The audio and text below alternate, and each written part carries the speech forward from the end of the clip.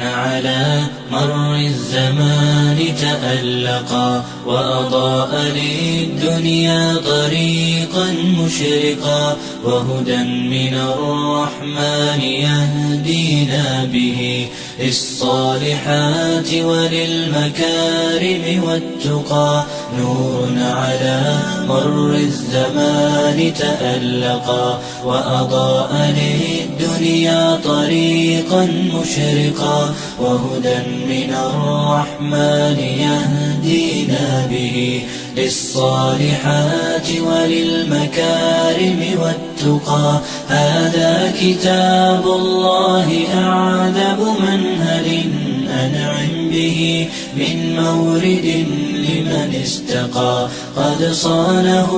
رب العباد بحفظه وحماه حتى لا يضيع ويخلقا طوبى لمن حفظ الكتاب بصدره فبدا وضيئا كالنجوم تألقا وتمثل القرآن في أخلاقه وفعاله فيه الفؤاد تعلقا وتلاه في جنح الدجى متدبرا والدمع من بين الجفون ترقرقا هذه صفات الحافظين كتابه حقا فكن بصفاتهم متخلقا يا حافظ القرآن رتل آيه فالكل أنصت للتلاوة مطرقا يا حافظ القرآن لست بحافظ حتى تكون لما حفظت مطبقا ماذا يفيدك أن تسمى حافظا وكتاب ربك في الفؤاد تمزقا